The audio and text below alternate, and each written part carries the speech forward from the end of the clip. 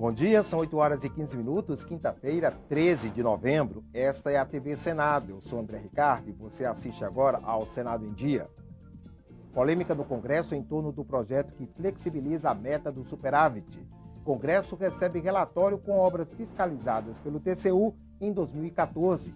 CCJ rejeita proposta para acabar com impostos sobre medicamentos. Comissão da MP, que flexibiliza a obrigação da presença de farmacêutica em drogarias, deve votar relatório hoje. E Senado é a instituição brasileira mais transparente, de acordo com pesquisa.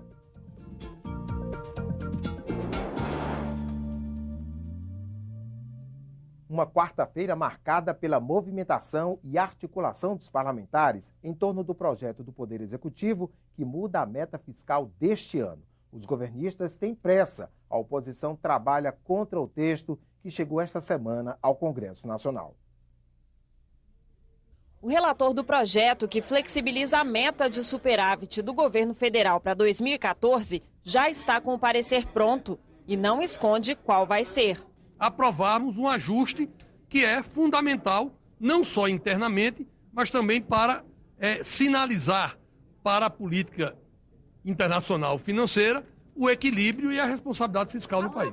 O relatório só pode ser lido depois que terminar o prazo das emendas. Para acelerar o processo, o senador Romero Jucá pediu que o governo reenvie o projeto ao Congresso, em regime de urgência. Chegando com urgência, não há o prazo estipulado normal para publicações e emendas. Então, o prazo será mais rápido. Mas o presidente do Congresso disse que a urgência pode sair de um acordo de líderes. Em havendo unanimidade com relação a uma tramitação mais célere, que parece que é o caso, nós poderemos marcar um calendário com a participação, evidentemente, dos deputados e dos senadores. De acordo com a Lei de Diretrizes Orçamentárias deste ano, o governo deveria economizar 116 bilhões de reais para pagar os juros da dívida pública, 1,9% do produto interno bruto. Do total, 67 bilhões poderiam ser abatidos de investimentos e desonerações. O projeto enviado pelo governo elimina essa meta e dá flexibilidade para administrar as contas públicas. Nesta terça-feira, no Congresso, a ministra do Planejamento, Miriam Belchior, justificou que a mudança é por causa da redução das receitas.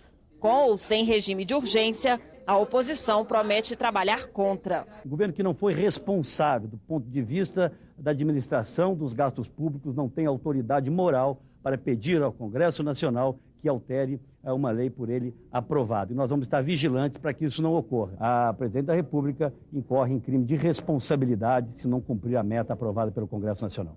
O líder do PT no Senado defende a mudança. Isso já aconteceu para elevar o superávit primário, como em 2011, que nós tínhamos uma ampla arrecadação e crescemos em 10 bilhões aquilo que foi reservado para o superávit primário, para pagar juros, e outros momentos que nós diminuímos, inclusive durante o governo do presidente Lula. Então isso não é uma lei imutável. O presidente do Tribunal de Contas da União não concorda com o projeto. O TCU é responsável pela fiscalização dos gastos públicos. É uma improvisação que nós gostaríamos que não acontecesse no país. Mas, de acordo com os governistas, sem alterar a meta do superávit, não dá para manter investimentos e desonerações. O governo não vai pagar emendas de parlamentares do orçamento impositivo se não for mudada a meta do superávit primário.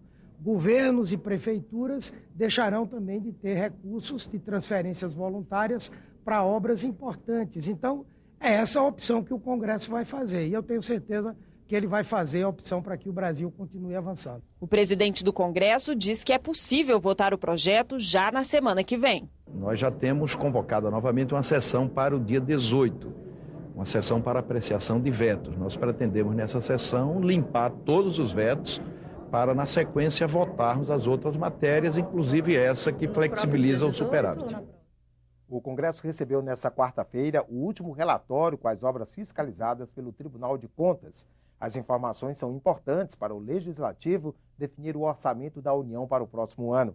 O TCU recomenda a retenção de verbas para 9 obras, entre elas a refinaria Abreu e Lima, em Pernambuco. O presidente do tribunal, ministro Augusto Nardes, entregou pessoalmente o relatório a Renan Calheiros. Ele foi acompanhado por Bruno Dantas, ministro relator do plano Fiscobras. O documento traz o resultado de 102 auditorias feitas entre julho de 2013 e junho deste ano. Foram encontradas 840 irregularidades, 637 em auditorias nas áreas de saúde e educação e 203 nas demais áreas. Ao todo, mais de 27 bilhões de reais estão destinados às obras auditadas. O Tribunal de Contas da União encontrou problemas graves em 9 delas. Algumas são projetos da Petrobras, como a refinaria Abreu e Lima, em Pernambuco. No caso específico de Abreu Lima, nós temos ainda uma discussão para ser enfrentada. Ontem mesmo eu dei uma declaração de que se aproxima de 3 bilhões de reais de recursos superfaturados. Para o relator, a metodologia adotada pelo tribunal impede maiores desperdícios de recursos públicos. O TCU tem priorizado a paralisação de obras no início da sua execução, justamente porque entendemos que obras paradas correspondem a desperdício de dinheiro público. No caso da Abreu e Lima, mais de 86% do projeto já foi executado. Justamente por isso nós não determinamos a paralisação da obra. Cabe ao Congresso analisar o relatório e decidir se as 9 obras com problemas devem continuar recebendo recursos públicos. A Comissão de Relações Exteriores sabatina 3 indicados para embaixadores na manhã desta quinta-feira. Jorge Geraldo Kadri é o nome para embaixador do Brasil junto à República Libanesa. Marco Antônio Diniz Brandão pode assumir a embaixada no Vietnã e Paulo Antônio Pereira Pinto em Bielorrússia. Em seguida, os senadores votam convite para ouvir o embaixador da Venezuela do Brasil, Diego Moleiro Bilhávia. Os senadores querem esclarecer notícias de que o ministro das Comunas e Movimentos Sociais da Venezuela, Elias Raua Milano, teria vindo ao Brasil cumprir agenda de trabalho sem informar o governo brasileiro. Durante a viagem, Elias Raua fechou acordo com o Movimento dos Trabalhadores Rurais Sem Terra. Segundo o MST, o convênio vai permitir a troca de experiências e conhecimento na produção agroecológica.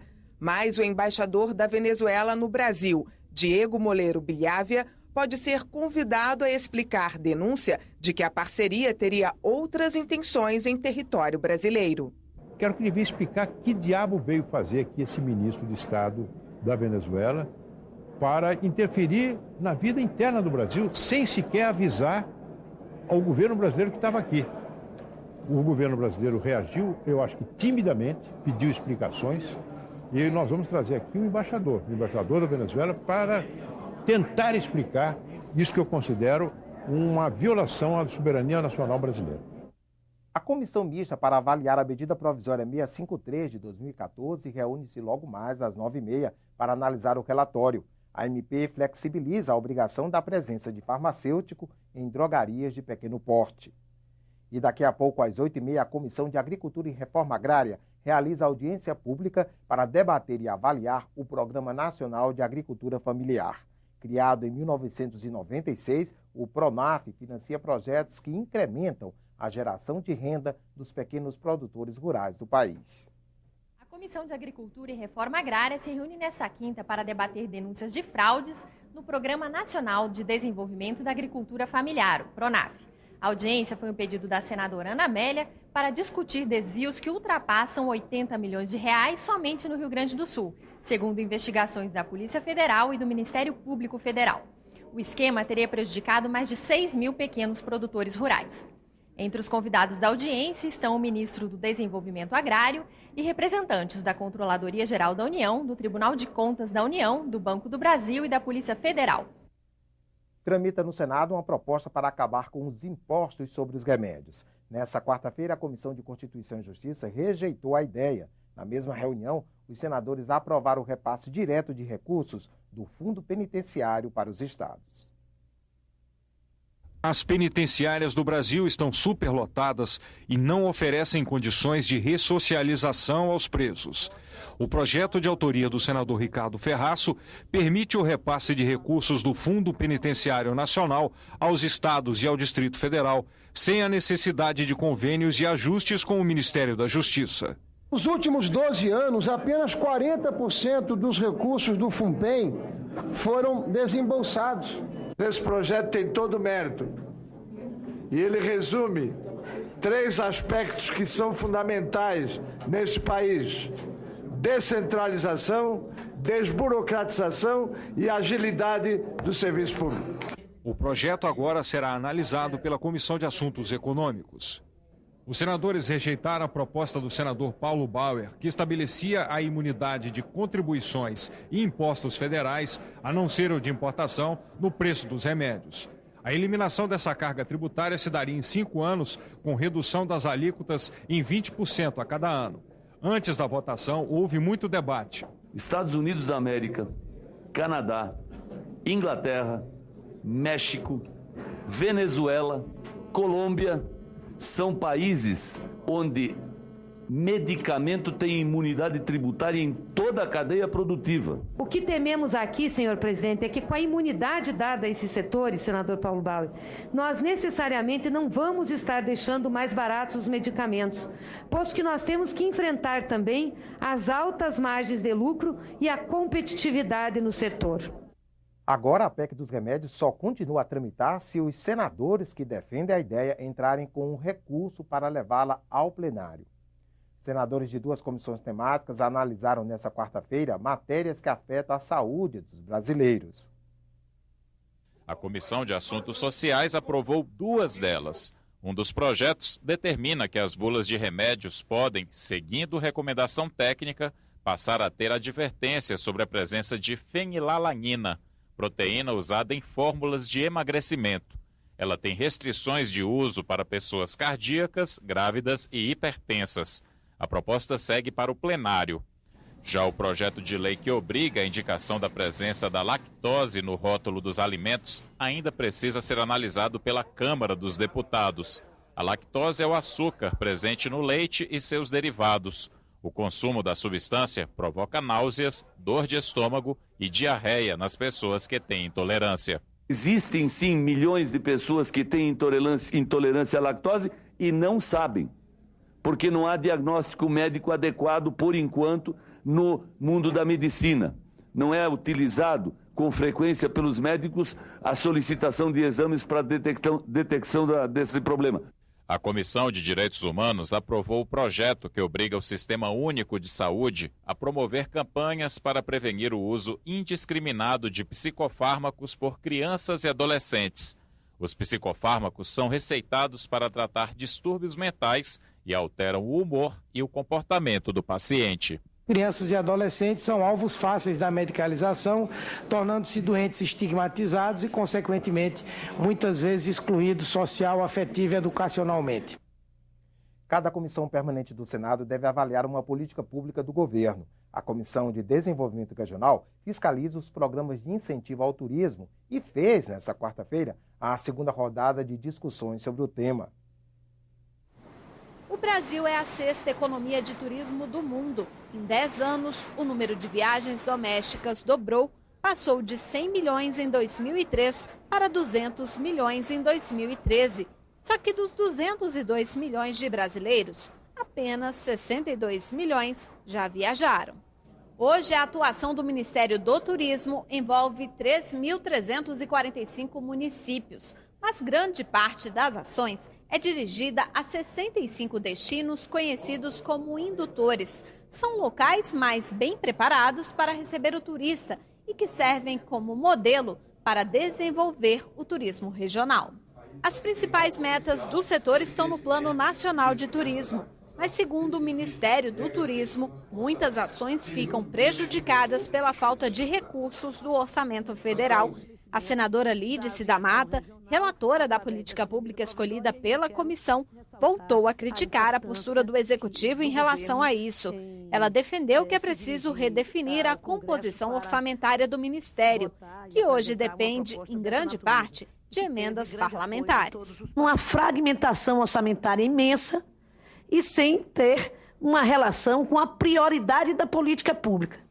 Então, o Ministério do Turismo, ele é um faz-tudo. A pulsão por busca de emendas, ela deve ser repensada dentro de uma ação mais inteligente e que possa ampliar, inclusive, essa aplicação. Por isso que nós estamos apresentando essas contribuições, para que a gente possa não apenas ter o foco na infraestrutura, mas em outros setores que são estruturantes da ação do turismo. Já para representante dos dirigentes estaduais de turismo, é preciso ir além e fortalecer o pacto federativo. Não basta o Ministério do Turismo ter um orçamento compatível com alguns programas se lá na ponta os prefeitos, os governadores não assumem esses compromissos. Esse pacto federativo, senadora Lídice, passa por um compromisso desses governadores. Ora, nós temos alguns governos estaduais que já declararam para o Brasil que eles colocaram o turismo na sua pauta econômica. A senadora Lídice da Mata informou que pretende apresentar o relatório sobre as políticas públicas de turismo na primeira semana de dezembro. A Fundação Getúlio Vargas avaliou o cumprimento da Lei de Acesso à Informação em órgãos dos 3 poderes. Entre os parlamentares brasileiros, o Senado Federal foi apontado como a instituição mais transparente. A Fundação Getúlio Vargas auditou 4 assembleias estaduais e 3 câmaras de vereadores, além da Câmara dos Deputados e o Senado Federal. No quesito frequência de resposta a pedidos de informação, o Senado foi a única casa a atingir 100% das solicitações. No tempo médio de resposta, o Senado também ficou em primeiro lugar, menos de 16 dias, 8 a menos que a média geral. Na sessão plenária desta quarta-feira, o presidente Renan Calheiros destacou os resultados do Senado no levantamento. Nós constatamos, pela pesquisa, que o Senado, afinal, chegou onde todos nós queríamos, né? Que é a instituição pública mais transparente do Brasil. Outros senadores também comentaram o desempenho do Senado na transparência pública. Este é, sem dúvida nenhuma, um dos avanços desta atual legislatura e dessa atual gestão. Lamentavelmente, muitas vezes isso não é divulgado da forma para que a população possa perceber. Quero cumprimentar a Vossa Excelência por essa grande conquista do Senado, conquista que vai no rumo da pleno controle público sobre as atividades de uma casa que é efetivamente uma casa que representa o povo. Todos os gastos nossos detalhados estão na internet. O gasto de todas as verbas que nós consumimos no exercício do mandato estão lá à disposição de todos os brasileiros e brasileiras que quiserem saber como se usa o recurso público. O Senado é muito fiel e eu confirmo isso aqui. Eu sou daquelas que entendo que a melhor forma de combatermos a corrupção é através da transparência, dando a possibilidade para quem quer que seja nesse país, que são os verdadeiros donos do recurso público, possam acessar dados de como o poder público manuseia e manipula esses recursos. Na soma do desempenho do Senado com as câmaras e assembleias, o Legislativo ficou em terceiro lugar entre os poderes. O Executivo ficou em segundo e o Judiciário em primeiro. A Comissão de Direitos Humanos do Senado recebeu nesta quarta-feira um grupo de alunos da Rede Pública de Brasília. Eles aprenderam mais sobre cidadania e elaboração de leis. A presidente da comissão, senadora Ana Rita, conversou com um grupo de estudantes da 5ª a 7ª série. Os 70 meninos e meninas vieram ao Senado para saber mais sobre a participação legislativa e a importância do respeito aos direitos humanos. Eu acho bem interessante, né? Porque nem sempre a gente tem essa oportunidade de participar de palestras, essas coisas assim. Eu acho bem legal, bem interessante a gente estar vindo participar, conversar com os senadores, essas coisas. Os adolescentes participaram de uma dinâmica junto com os professores para entender melhor os conceitos de cidadania, leis e direitos. A senadora Ana Rita respondeu perguntas dos alunos sobre a atividade legislativa. A formação de direitos humanos deve começar desde a primeira infância. E o Senado pode e deve cumprir também com esse papel de possibilitar essa reflexão, esse debate, essa orientação para as crianças que estão em fase de formação. Ficamos por aqui. No decorrer do dia você acompanha outras informações nos boletins do Senado Agora. Enquanto isso, continue assistindo a nossa programação.